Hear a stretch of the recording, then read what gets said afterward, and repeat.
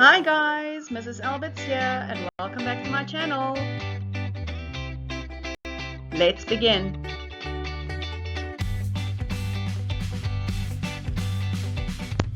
Right, let's look at some practice questions for ken jy die see. Okay, so question 1, waarom word daar 'n ellips of 'n beletselteken in die titel van die gedig gebruik? So in your title ken jy die see, you have a dot dot dot instead of the question. So that ellipse, what is the function of that ellipse? The speaker wants to draw the attention of the jy, the person he is speaking to. He wants to draw his attention on the question. It gives you time to pause and to think about what the question is asking. Question 2, vers reël 1 is 'n retoriese vraag, verduidelik die stelling. So your line 1 is a rhetorical question. You have to explain the statement. It is a rhetorical question because when they ask, do you know the ocean, and then they just continue with the rest of the stanza, it means that they are not expecting an answer. And it emphasizes the fact that the normal person does not understand the difficulty that the fisherman is exposed to. So the rhetorical question, I'm just translating the answer there, the rhetorical question suggests that the normal person does not know the difficulty that the fishermen are exposed to. Question 3, waarom word meneer met 'n hoofletter geskryf? Why is meneer with a capital letter? This possible fish buyer is being addressed directly. It is an unknown person, therefore we don't have a name for this person, and to say meneer shows respect. Nommer 4, die spreker gebruik persoonlike voornaamwoorde dwars deur die gedig. Met wie is die spreker in gesprek? So the speaker uses personal pronouns right through the poem. Who is he speaking to? Who is he in a conversation with? He is a conversation with meneer, you can say, or you can say the possible fish buyer. Question 5, skryf die rympatroon van die eerste strofe neer.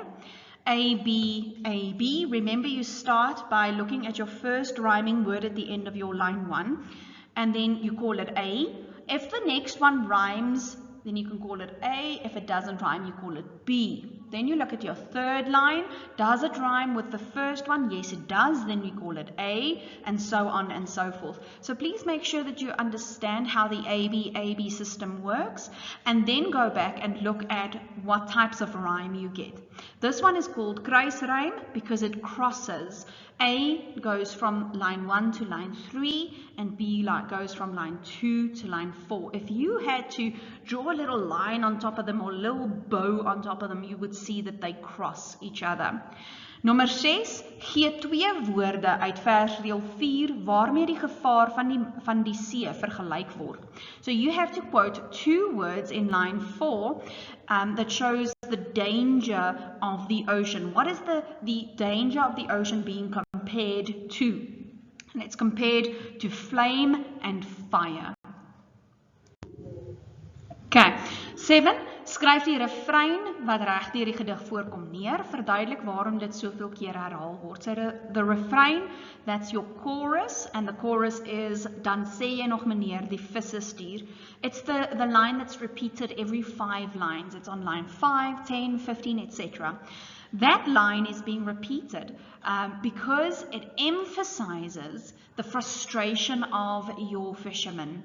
This man he is in conversation with does not seem to understand the difficulty that the fishermen are facing, and therefore, as for emphasis, they repeat this line. So the argument that the speaker has is made stronger or is emphasized by the repetition while he is explaining why the fish is so expensive. Question 8, lyk of dit daar lank sal duur. Na watter kalmte word hier verwys? So first we have to go and look at which line question 8 comes from. That's line 7, lyk of dit daar lank sal duur. It links to line 6, which says die vrede, kalmer as 'n stil soetkind. So it's talking about a calm that is going to go on for days and days. What calm is this? It is the calm before the storm. It's the ocean before the storm. Then 8.2, gee een woord uit strofe 2 wat klank na bootsend is. When we go to stanza 2, that one word is bulderende, it means roaring. Dui die wending in die strofe aan. That wending is the word maar. Here it shows us the turn or the change in the stanza. So everything is calm until something happens. So, but when this breeze turns to a roaring wind. So the but tells us that the breeze changes into a roaring wind, which means it is wending. 8.4. Kies die korrekte woord tussen hakies, skryf slegs die vraagnommer en die korrekte antwoord neer. Versreël 8 is 'n voorbeeld van vergelyking, metafoor of personifikasie. So line 8 says, maar word die bries 'n bulderende wind. That is personification. So is this line 8 simile, a metaphor or personification? It's personification because roaring is an attribute that people and animals have and the wind cannot roar. 8.5. Kies die korrekte antwoord, skryf slegs die vraagnommer en die korrekte antwoord neer. Die progressie in versreël 6 tot 9 lê in, and then here it says that 2 answers is correct. That is a lie, it's not 2 answers, only 1 answer is correct here. So you have to look at the progression from line 6 to line 9. So line 6 says, die vrede kalmer as 'n stil soet kind, lyk of dit daar lank sal duur. Maar word die bries 'n bulderende wind, dan veg jy vir jou lewe, uur na uur.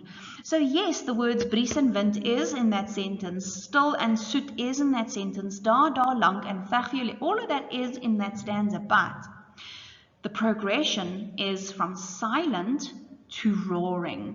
So this calm was silent and then it becomes roaring. You have to look at progression being from one thing to another. There has to be a change. Then 9, wie is die ons en wie is die hy in versreël 11 tot 14?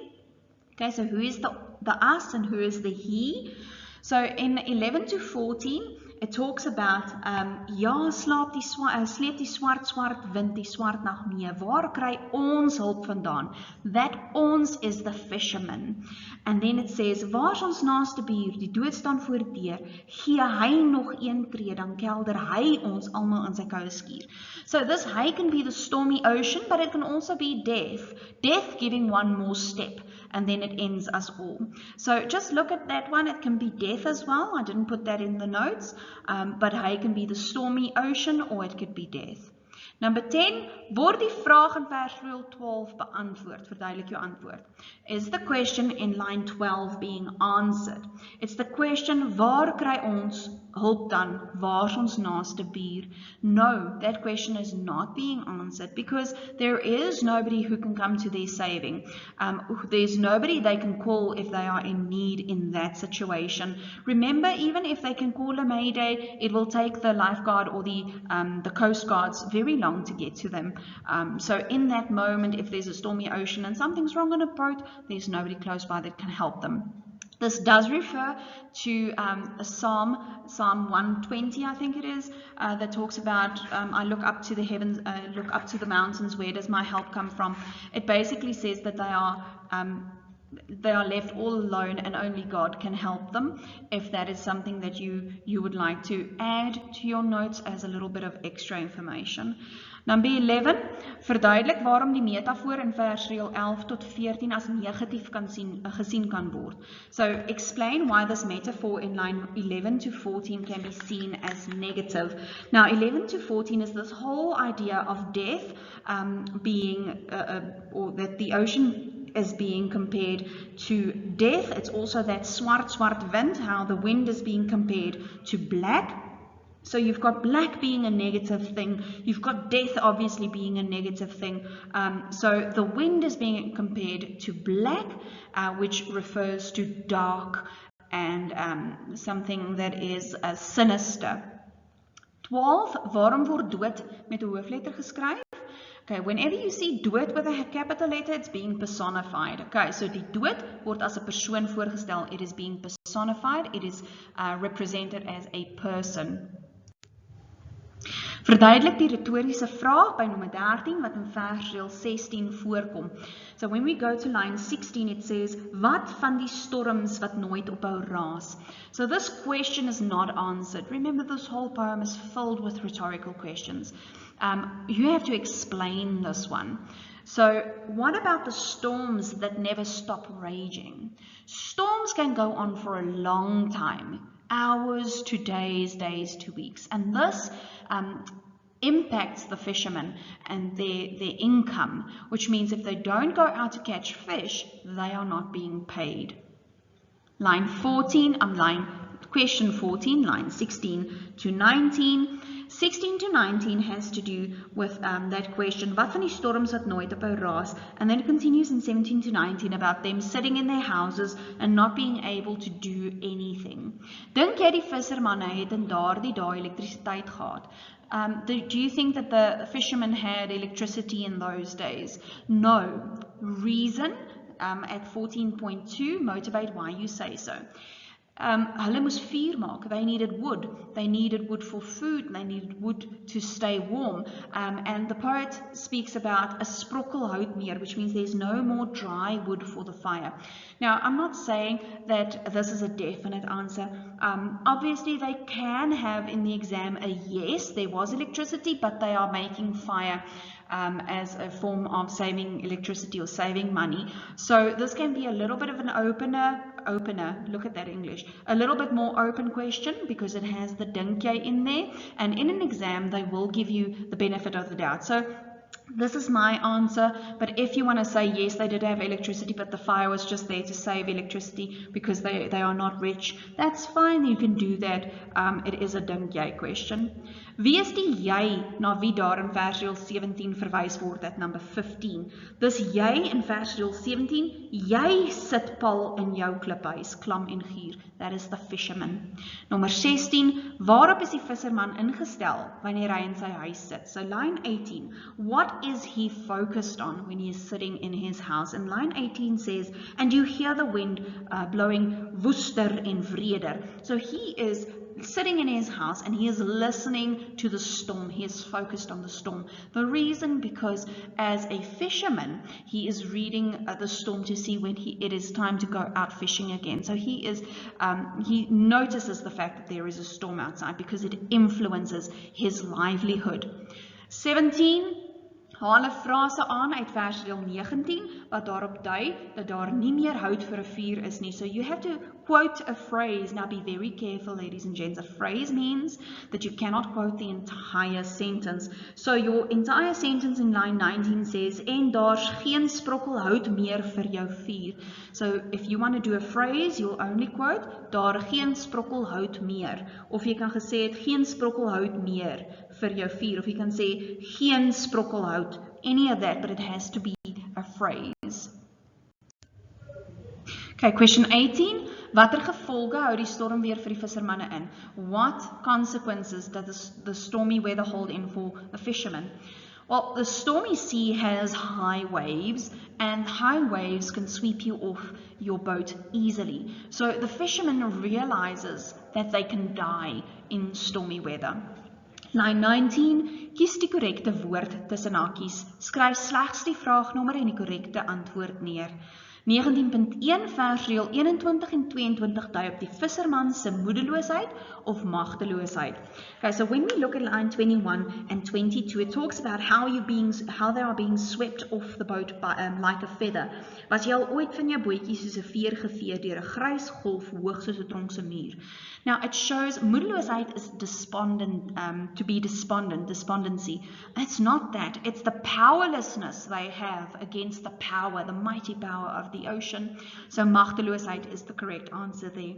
19.2 verduidelik jou antwoord in 19.1. Well, I did that. It says, it doesn't help that you are yelling for help. Nobody's going to save you. As well as, and you can add this in, there is no stopping a wave coming at your boat. You cannot yell, you cannot call for help. If that wave hits the boat and it sweeps over the boat, then you are gone with it. Power of the ocean is your main idea in this poem. Nummer 20, wat denk jy beteken doodsangs in versdeel 26?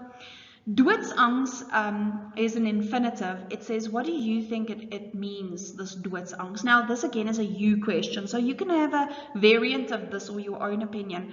But it is the fear, because angst means fear, the fear of death, or to have a deathly fear, meaning that you can literally die of fear. And my answer says, you see death, and you know that the sea can kill you, you can die, and that fear is something that you experience for real when you stand there and you see these big mighty waves coming at you.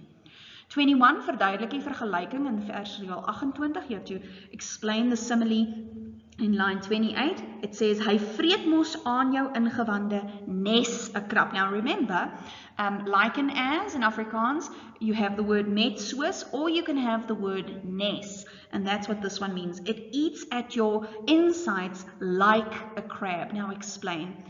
Krappe, your crabs, they are aasdiere, they are scavengers. They eat anything that's at the bottom of the ocean. So if you go at the bottom of the ocean, you become seafood. Seafood. See what I did there? Crab. Never mind. Okay, so they will eat you as well if you die in the ocean. Line 22, in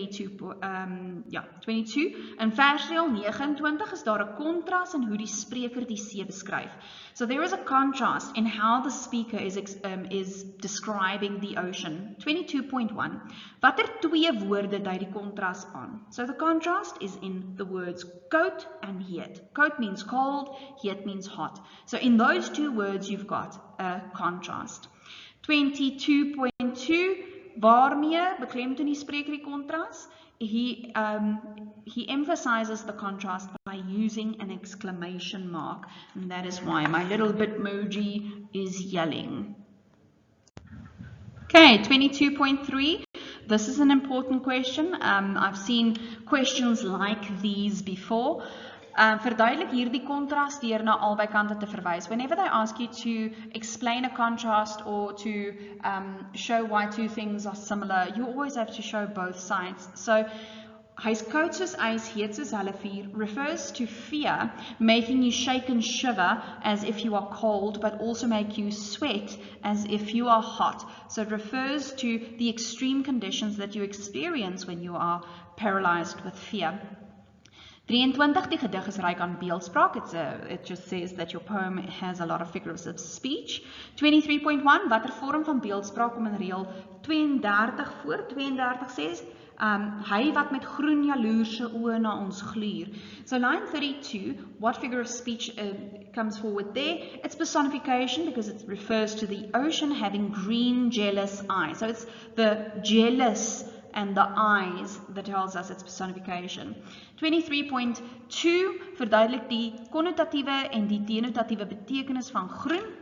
Remember, denotative is literal, connotative is figurative. So connotative, the ocean has green jealous eyes, meaning it's jealous, it wants to take them, it wants to kill them because it's taking its fish. I don't know, you can get a little bit fancy there, but just remember that the green jealous eyes, the eyes is the connotative, and the denotative is the color that the ocean becomes during a storm. 24, dink jy die spreker is bang om op die see uit te gaan? Motiveer jou antwoord. It's a dink jy question. It's asking you, do you think the speaker is afraid to go out at sea, and motivate your answer. Remember, with these dink jy and motivate your answer type questions, you have to make sure that your answer is literally answering the question. You cannot just write anything and expect a mark. Also, your language has to be great. So my answer here is yes, of course he's afraid. One mistake and it could be the end of him. It could be his death. The stormy ocean is putting his life in danger. 25 haal 'n versreël aan om te bewys dat die visserman op die viskoper se gevoelens speel. So we are around line 23 and so forth. If we go one stanza down to 36, we come to the place where he says, sien jy die krom ou vroukie daar? That is playing on the fisherman's feelings, because now he is putting a face to all these things, or he's putting a story forward to all these things that he has now mentioned. He's giving you an example of all the things that he has mentioned. 26, lees weer strofe 8. Bewys dat mevrou Matthee dink haar seuns is op pad huis toe. So you have to show that Miss Matthee expects her sons to come home. Now, ladies and gents, it isn't really that she believes they are still alive. It has to do with the fact that Miss Matthee cannot give up. She cannot accept that her sons are dead. Even if they are buried behind the churchyard wall, it doesn't mean that she is still looking out to the ocean and hoping and expecting them home. It has to do with loss. So I know this is a very weird question. I wouldn't have asked it like this, but this comes from one of our study guides that I looked at.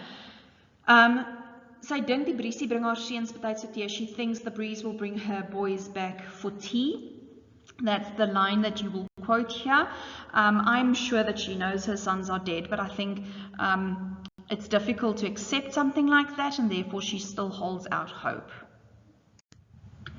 Okay, 26.2, versiel 39 is 'n voorbeeld van eufemisme verduidelik. So versiel 39 says, hulle slaap al drie agter die kerkhofmuur. So they are sleeping behind the churchyard wall. That is euphemism because they are dead. The word slaap makes it sound softer. Sleep, to say they are sleeping, it makes it sound softer than just saying they are dead. 26.3, wat kan jy van vissermanne aflei deur na mevrou Matthee se storie te kyk? What can you deduce from fishermen from just listening to the story? Well, it says here that they are always aware of the danger that could lead to your death that is always present while you are at the ocean, while you are on the ocean. I want to add something there as well. Mevrou Matthee, all three her sons died, which you can also assume that it is a family business. It's not just the father or a son that is on the fisher boat, but an entire family. So if one boat sinks, then your entire family sinks with it. 27, die herhaling in die gedig versterk die boodskap. Wat word deur die herhaling beklemtoon? So the repetition in the entire poem emphasizes the message. What is the message that is being emphasized through the repetition?